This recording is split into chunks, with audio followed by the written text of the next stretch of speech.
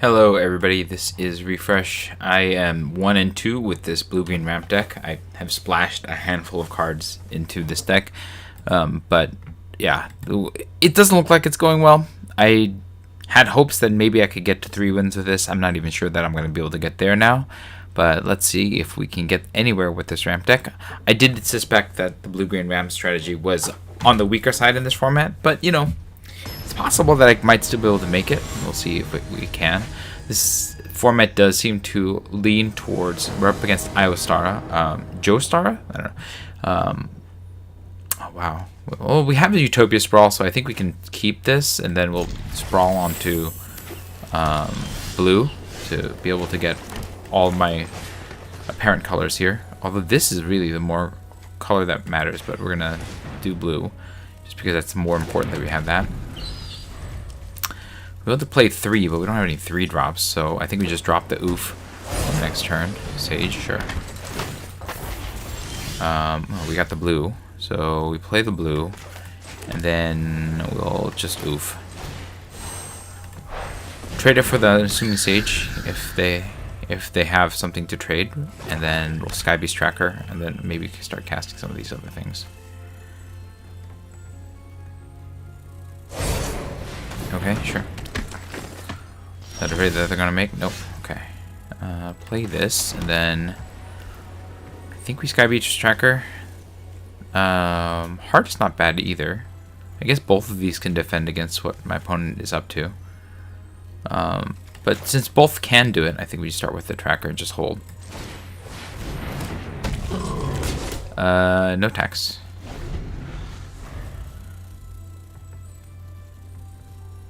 They have a lot of mana. I'm wondering what they're going to do. They have 3 colors. Okay. Oh wow, we've got a lot of colors now. We can play a 5-drop, but I think we play the heart and then lean into playing the 5-drop later, right? So we're going to play this on green, because we'll need the extra green. And then play this on here, and then into the Fey Court should trigger both of these, I think.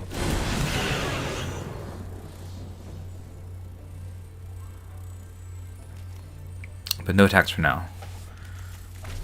Just also playing a kind of a slow game right now. We'll see. I can Picnic Ruiner as sorcery to put some counters on everything. Just make everything a little bit stronger. Make these 2 stronger. Well, I mean, I think we just Fey Court right now, right? Yeah, let's do this. Trigger both these. Get a food. Get a counter. Draw some cards. Now I have food, I have this, I have Water Wings, Prism. Okay, sure. Double blocker. No attacks. We'll start swinging with the fairy, I guess, soon. Probably want to load some amount of these Picnic Ruiners on here. Then if I can keep the defense up, the Water Wings should prove well, but I think they're gonna, yeah, they're gonna do something like that. Figured as much. What is this? Put into a graveyard if you do scry 1. Okay. That's where the oof, if I can pick up the oof, that would be even more interesting. As it is, we'll play this. I have 1, 2, 3, 4, 5, 6, 7 mana. So let's play the Picnic Ruiner. And we'll do here and here. We'll put 2 on here and 1 on here.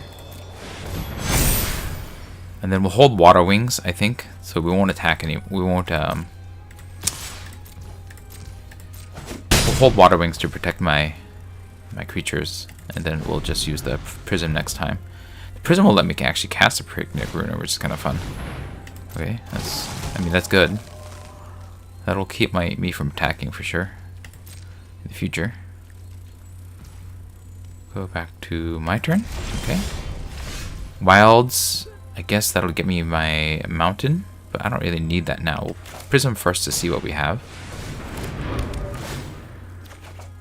Okay, Troyan's not bad. We're going to play the green land. And then we're going to swing with our flyer. Do some damage. We'll play Troyan and hold up Water Wings. Yeah, we just hold the water wings to protect this, and then we can start looting. I think that's what we do from here on. I'm just gonna try to win with. Okay, I mean that's good. That's certainly going to inhibit my attacks. So I need to find some way of dealing with that. Utopia Sprawl is not that way though. Let's see. I can sprawl on an island. I don't know that I need that. I guess just cast this, right? I guess we'll sprawl on an island. Oh. And auto pay to get red. Now we have all of our colors. We're not going to attack this turn. We're going to play the Ruiner. And then we can do this on the following turn to pitch the Evolving Wild since we don't need it anymore. No attacks. Yeah, no attacks on the turn. So we're going to start looting to find some threats here.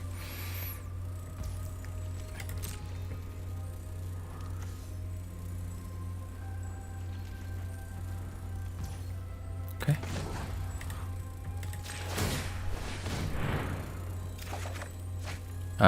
Wilds can go. Go back to my turn. I'm going to keep this land, so to pitch it, we don't really have anything. Can we swing? No, we can't really swing effectively. So we're... I guess we loot now, because I might be able to cast something this turn, right? Okay. So we'll draw and discard. Okay, stopgap. I think that'll let me... I think I just play at full value. Full value. Remove this thing. Sure. I have all the mana to Water Wings if I need to, so that's fine. Bounce that. I didn't want to get another land, so we'll go to combat. Spend some time. Okay. Do I Water Wings this?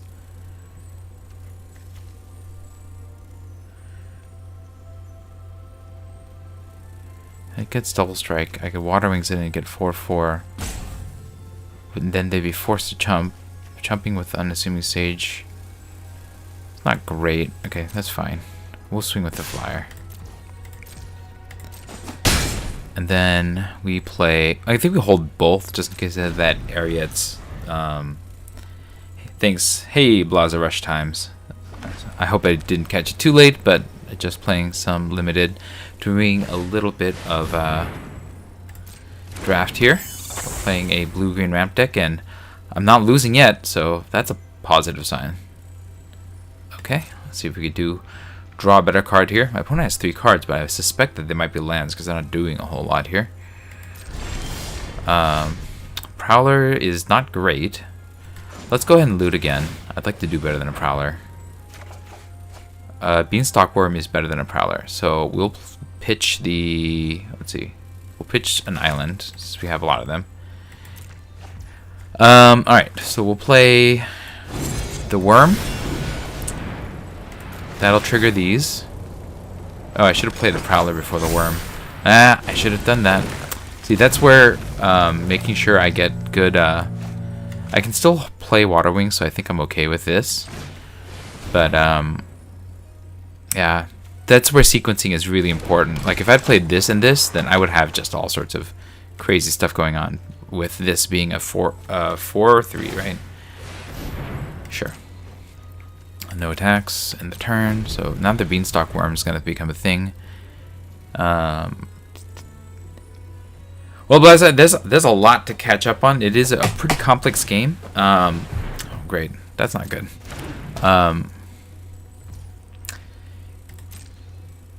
Well, okay, here's the thing that... so basically, it's a game where you're playing cards to get resources and then, you know, defeat your opponent one way or another. I don't think they saw that had reach. They shame scooped. But the basics is you want to basically have a plan, which is either to get your opponent down in life faster, have more cards than them so that you have more options to defeat them, and run them out of resources. Or, in some cases you have a combo that you want to like blow out your opponent with, where you have really synergistic cards that accomplish something. We're gonna go right into my next game while I try to explain Magic on the really broad theoretical level. In what you're seeing right now is the really basics of the game. Is what we're doing is we're playing lands, which are our basic resources of the game, which you can use to cast spells. So you have all these spells here, and you tap these lands to cast them. So for example, I can tap a green mana here to cast Utopia Sprawl. You put it on here, and you can choose it to be whatever you want. I'm going to keep this because I have something that I'm working towards. I have card draw and a way to ramp towards it. The dark decks, the skeleton decks. Yeah, not you don't have to be good at everything in this game unless you're trying to play limited, in which case it is better to be a little bit better at everything in this game. But because what you're trying to do in this game, it really does help if you find something that you like and then you run a bit more towards that. So what is helpful, for example, is if you realize that you like red decks that are really fast and you want to smash people with spells that hit them right in the face with all the meanness that you can, then that's what you should do. There's no reason to try to play a deck that is not to your liking. Let me see here. This is a 3-1. I need to, so I can play this and play Quick Study, but that doesn't seem very good. Utopia Sprawling might get me to my second blue mana, so I think that's the most reasonable play here. I put this on here. Yes, autopay. And then we play blue mana. And now I have 3 mana. I'm going to cast Quick Study now so I don't waste any mana here. But we're going to take 3 on the next turn. Yeah. So, for example, Blazer, you're doing well with the white decks, and then maybe that's more like your preferred strategy, something that's a little bit more aggressive, that has a lot of creatures, and that can just turn your guys sideways and wreck your opponents. And so it's okay that you only need to be good with whatever you feel most comfortable with, right? So I'm not gonna say that you need to be good at every single color pair and type of deck that's out there. And you shouldn't. You don't need to. We're gonna play. I think we play the Beanstalk Worm on full just to make sure that I can get. Okay, wait. Are we wasting anything by using the Beanstalk Worm on full? Because I have this Twinning Twins, so I can bounce something. I can Beanstalk Worm to put down another land. So what does that get us? 4 lands. I think that's good. Okay, we're gonna Beanstalk Worm, play an extra land this turn. That lets us play the island, which will let us play the Twining Twins, sorry. And that means that I have a big defensive creature that can also be a big attacker. I think I'm going to try to make it into a big attacker because it does take a lot for my opponent to remove it. But they do have a lot of mana, so it's possible. So, yeah. Like, you figure out the strategy, the lane that works best for you, and if you want to play in Constructed where you use a pre-made decks or build your decks yourself, then you only really need to lean into that.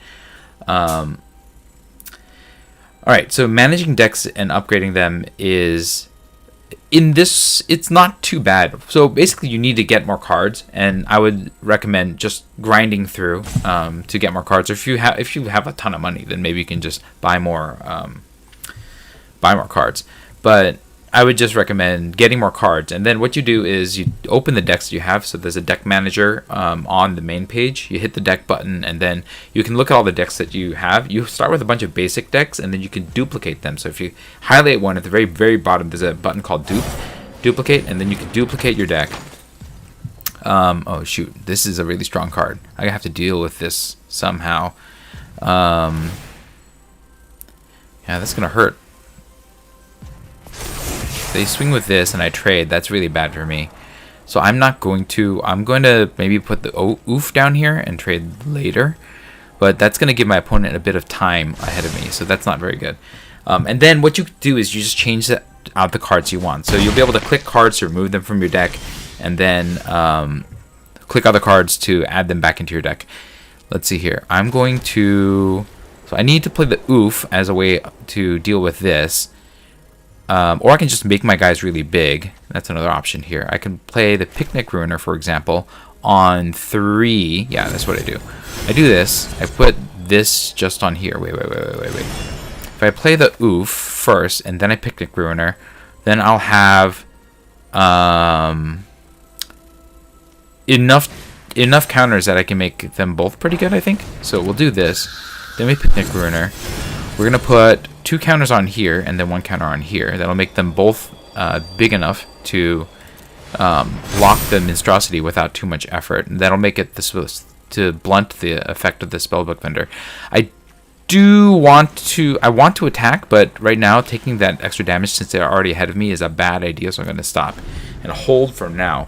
But I should be able to get the Beanstalk Worm and the Picnic Ruiner going, and then that'll be pretty good. And I should be able to draw a bunch of cards here. That'll help a lot too. Now, my opponent might have a bunch of removal. Okay, I mean, that's not removals. But that is a lot of card value.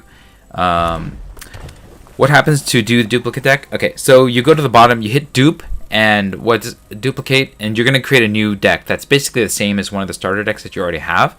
And then when you open the deck, you can change the name and everything, and then you can like click cards in the deck to remove them from the deck, and then you can look through your entire collection of cards that you have in the deck, and then you choose what you want in the deck. And so or you choose what you want to get out of the deck. Let's see here. I could play Troyan as I can play both Troyan and Picnic Ruiner as defenses. I think that's a decent spot for me here, because then I can also use Troyan to cast into the Fey Court on the cheap. So as you start to change your decks out and adjust them, that should help a lot with, let me see, I don't want to attack yet because Twinning Twins is the only way that I'm being able to block the Dread Knight and the Monstrosity. So we're going to just hold right here.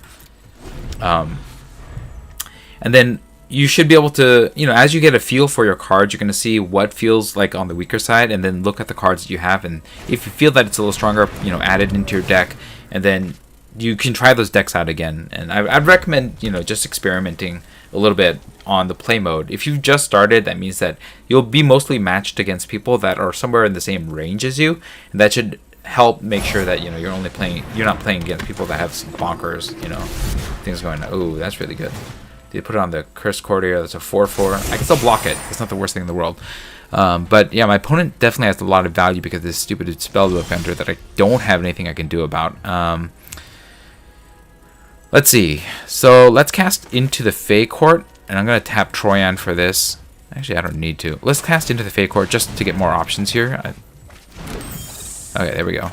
Rid of their Spellbook Vendor, because that's definitely causing the most problems here. In terms of just beefing up all the other things. I can block everything right now, which is good, but I need to stop my opponent from doing what they're doing. So I'm going to click the Graceful Takedown, and then we are going to target. I have no enchanted creatures, submit 0. We're going to have my Twinning Twins and the smack the Spellbook Vendor. I know it looks like I'm killing the weakest thing on there, but it makes every single creature they play so much stronger that it's just not worth. I'm gonna make a food token because I have a mana for it, and then swinging is a bad idea. I don't really have a good trade here, and this is keeping back the Monstrosity, so I'm just gonna hold here. Thank you, Blaza. And so what if you can just slowly improve your decks little bit by little, experiment and see what makes your deck feel a little bit stronger, then that's good. I would really recommend that you try to keep in mind what your deck is trying to do. So always look at your goal. So if you're playing one of the standard white decks that came with Magic Arena, then what you're trying to do is beat down your opponent relatively quickly with oh shoot, okay, they're scrying, with strong cards, right? With very cheap and strong cards before they were really able to do much of anything. And then you use things like combat tricks, spells that you cast in the middle of combat that they don't have any preparation for, to undo them. And so I'm gonna do this, and then I'm going to block like this. Actually, you know what? Let me trade the Oof for the Dread Knight. The Twins. Okay. I don't have a good feeling about this. I imagine that they have some sort of blowout, but I'm gonna have to do this anyways. So I'm a little bit behind my opponent right now. They're definitely they've gotten so much value off this spellbook vendor, making each and every one of their creatures stronger, that I might have to sacrifice the team in order to pull this off. But I know that I have these two coming, so it's not the worst, and the Torian can help me draw back. But they have 3 cards. I imagine one of these is gonna just wreck me here. So we'll see. Sure. Okay. So they're doing a full-on trade here, unless they have another spell.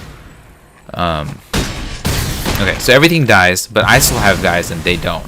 So that makes me feel a little bit better with what's going on here. Which deck has strong spells and strong creatures? Well, I would say that every deck has its own strategy. If you want like the biggest, baddest creatures of all, then I would think that you want like a green deck. White decks tend to specialize more in smaller, faster, nimbler creatures that get your opponent before they're able to do anything. And let's see, I'm going to play both of these big creatures because there's no reason not to. I'm not going to stopgap this because that gives it too many options. But I think this is reasonable here.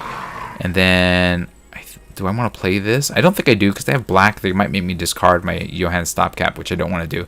This is actually a mistake. I should have tapped my mana myself instead of letting the game choose. Because if I could tap the Gutsy Explorer, then I would have been able to hold up mana to use a Hollow Scavenger. So we're going to attack, do 1 damage. My opponent is definitely a little bit on the winning side here right now. Well, not really winning. I mean, they have more cards than me, which makes me feel a little bit nervous about what's going on here. Well, they have a lot of Prophetic Prisms. I imagine that they have a lot of bargain spells, like Candy Grapples and stuff, that they're going to be using to outclass my value here. But we'll see. If I can just loot a few times with the Gutsy Explorer, I might be able to get into one of my 6 mana spells. No, Buzz, I'm not a full-time gamer. In fact, I barely play at all. I think I play like, half an hour to an hour every other night or so. But I've been playing Magic the Gathering since 1994. See, there's a Candy Grapple that I thought that they had. And so, yeah, I think we are on team counterattack, right? Blocking this is not really useful for me right now. So, okay, we're just going to counterattack. They might have another creature with one of those, and, that's kind of rough. They don't. Okay, right now, we are going to swing with the Scavenger. I think we actually stopgap this. I know that that'll let them draw more cards, but I need something better than what we have going on here. So we're going to go to attacks. We're going to attack with both of these. And then we're going to use... I know that lets me be vulnerable. But I need something better than what I have right now. And yeah, that's not better, but I'm going to take it. I will play this for 2.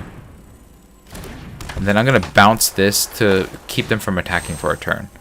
We'll just spend all the mana. There's no reason not to. And then I have 1 mana to pump this if I need to. They'll be able to redraw with that, which is annoying, but okay. I still didn't get anything good. We're just going to hold here. I'm going to hold the Swamp and the Prophetic Prism, because if they force me to discard, these are not things that I'm... Oh, that's a good card. Okay. I mean, my opponent has better cards than me, so... I don't feel good about this, but... What can I do? Yep. Draw more cards. There's more life. Lots of value here. Some pretty strong cards. Okay, that's only good if they have non-green cards. So far I'm okay. But they probably have stuff. Oh, they're splashing all the colors too. Okay, that's a non-green card. That's gonna make that thing quite strong. I'm gonna have to find some way to deal with that. That can't attack this turn, so that's okay.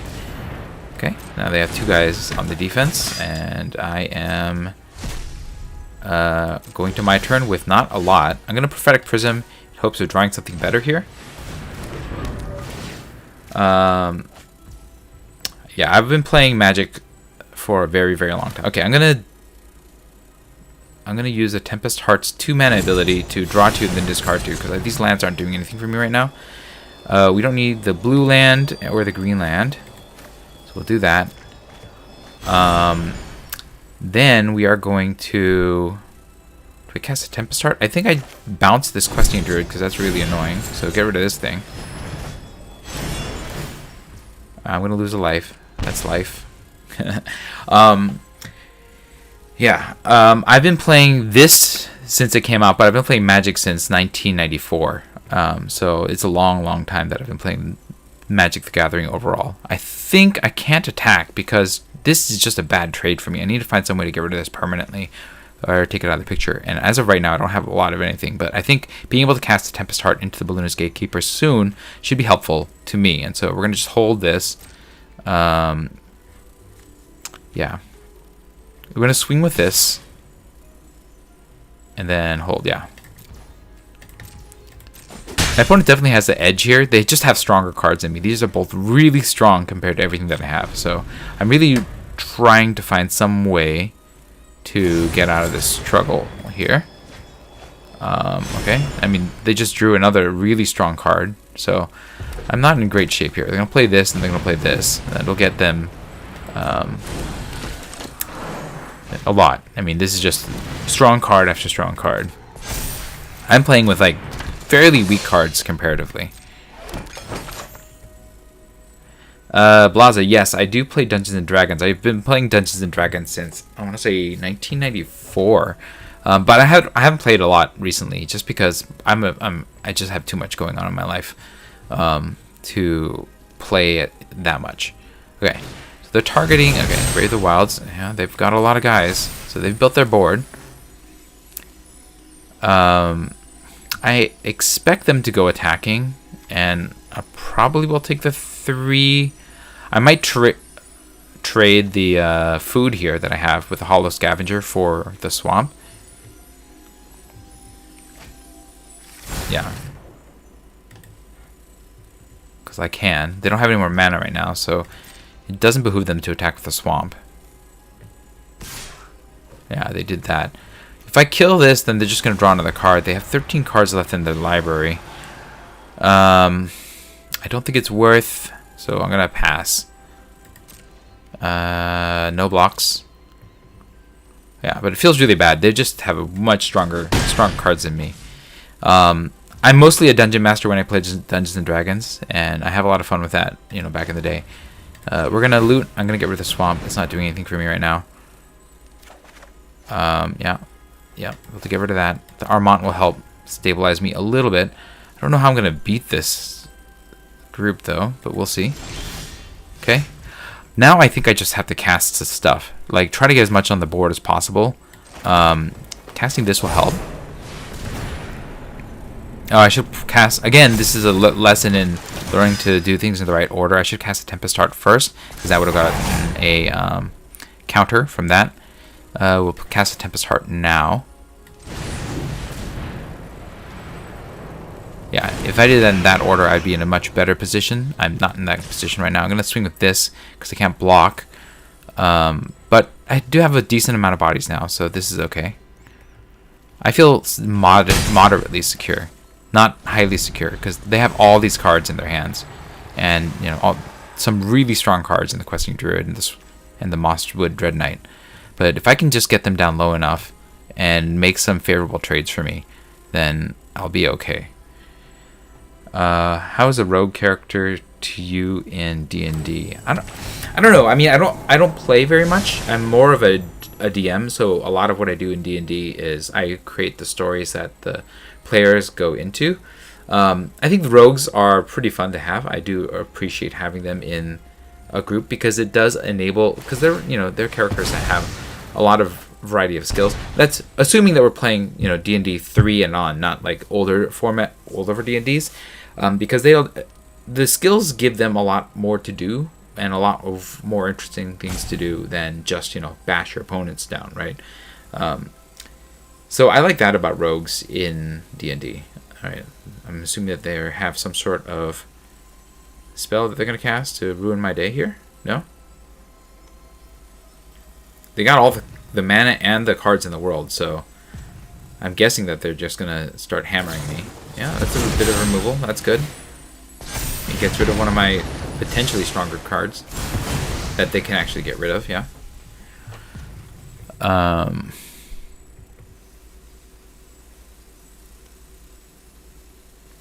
Yeah, it's really funny. They They sacrificed their entire board against me, and then they're still doing all right here. Oh, that's really strong. That's a 4/4 in the air. Can't do much about that. This is not going to help me get there. I'm going to use Troyan because I need something better than what I have right now. This island is definitely not going to get me anywhere. Okay, Hamlet Glutton is exactly what I want. Okay, so that's good. So I have 2 6-drops that I can cast. And Hamlet Glutton is a nice big boy. I don't have a way to defend against this flyer, though, so I need to go wide. I'm going to play this mostly because... do I bargain? I don't think I even need to bargain this. I think I just cast it, right? Pay everything. Then I don't have... 1, 2, 3, 4, 5, 6. Oh, then I don't have the life gain. Okay, so I do need to bargain. That's fine. Okay, so cancel. We're going to cast this. Bargain. We're going to eat the Prophetic Prism. We need to keep the extra life just in case. I mean, my opponent's in a pretty strong position on the board. But having a 6-drop should help stabilize things just a little bit. And then, you know, unless they have a lot to cast. And this will also let me use the Hollow Scavenger. So, not the worst position here. The Archon of Wild Rose is going to be a problem for me, though. So, I'm going to need to keep some sort of check for that. I'm not sure what that is. Like, if they do swing with it, I can swing back with the fairy, so it's not the worst thing in the world, but they have 4 cards and all the mana in the world. Like, I can only imagine that they have something to take me out here. I'm just surprised that I'm still in the game somehow. Okay, that's really strong too. Yeah. That's going to create a monster. They can use it to fight. Oh, shoot. That flies because of the Archon. That's bad. Okay. I mean, I'm pretty sure I'm dead here, but we'll see. I'm not sure how I get through this alive.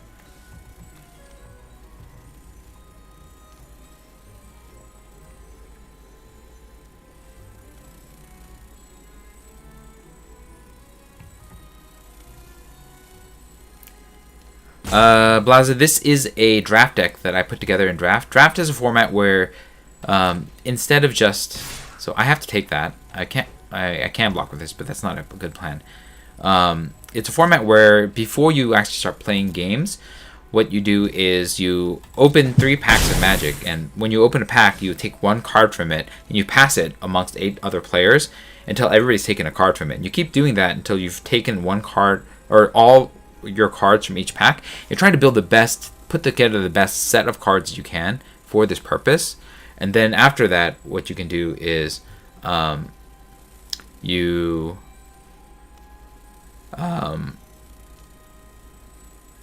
after that sorry, I'm like trying to figure out what they're doing here. You build the best deck you can, and then you take that into these games that you're playing. So that's what I'm doing right now. It's a really fun format. There's a lot of streamers that do this well, much better than me. And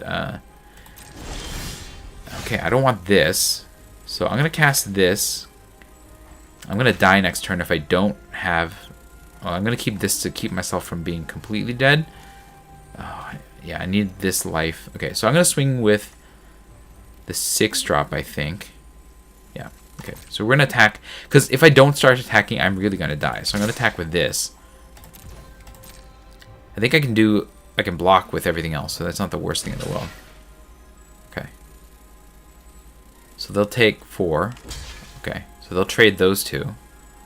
I think that's fine. They'll take 1.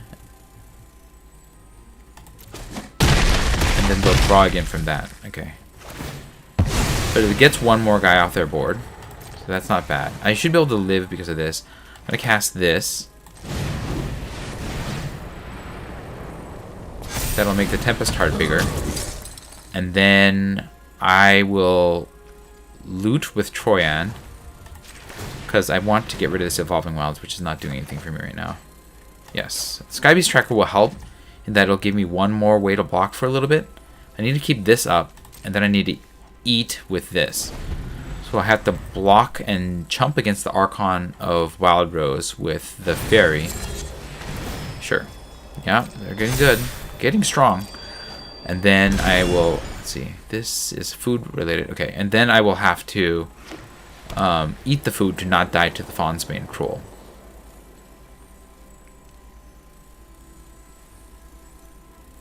It's a really fragile situation. I do have a lot of creatures, so there is a potential huge counterattack available to me. So they can't just go all out. They have to be careful. If they can get rid of my flyer, though, then I'm dead. So let's see if they have it. Yeah, that's gonna do it. I don't think I can win now. Yeah, I got nothing. They got me. So they just swing with their flyers and win, right? Yeah. There's no way for me to win. I'm gonna eat this food just as a sacrificial. Alright. Blaza, rush times. You say you want to do something in your life that goes well.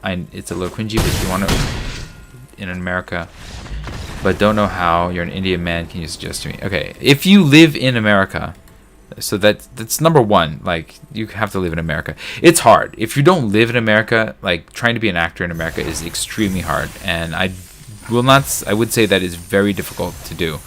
I would recommend, if you are Indian in India, that you try to make it in Bollywood instead. I know that's also extremely hard, but it's even harder to try to come here to be an actor because there's just not a lot of space for Asian Americans, or especially Indian Americans in the entertainment industry here. You can probably eke by a living if your language skills are good and you have the right look to play small parts here and there. But most of the people that I know who are of the South Asian diaspora in the United States do not really, can't really make much of a living from being an actor. All right. I got my 5. I got wiped out here. I'm going to do another draft, but I'll do that tomorrow. And for the time being, I'm going to call it a night because it is 12:26 and I do have to wake up early.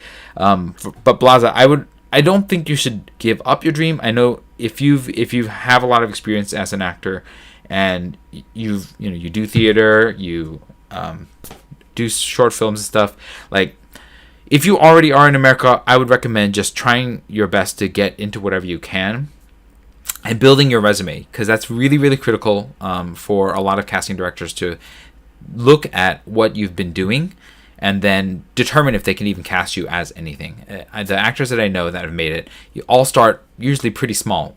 Now, I know some actors that have had the benefit of knowing the right person at the right time, and that can help a bit. But if you want to become an actor in the US and you're already here, you already have the ability to work in the United States because you have a green card or so forth, then I would suggest, like, you have to move to New York or LA, and then you have to just try to get whatever you can, and it's going to be really hard. Trust me, it is extremely hard to make it as an actor, even just as somebody who does little bit parts. If you're not in the US, I think that it's going to be even harder, and I would recommend trying to make it in your home country, because at least India has a fairly robust entertainment industry, and you might be able to find some parts that you can play out there. But that's going to be it for me tonight. I am going to open some packs and call it a night here. So we'll open our pack of Dominaria United. We have, let's see, Ivy Gleeful Spell Thief. I don't want to take that first. Garna, I don't want to take first.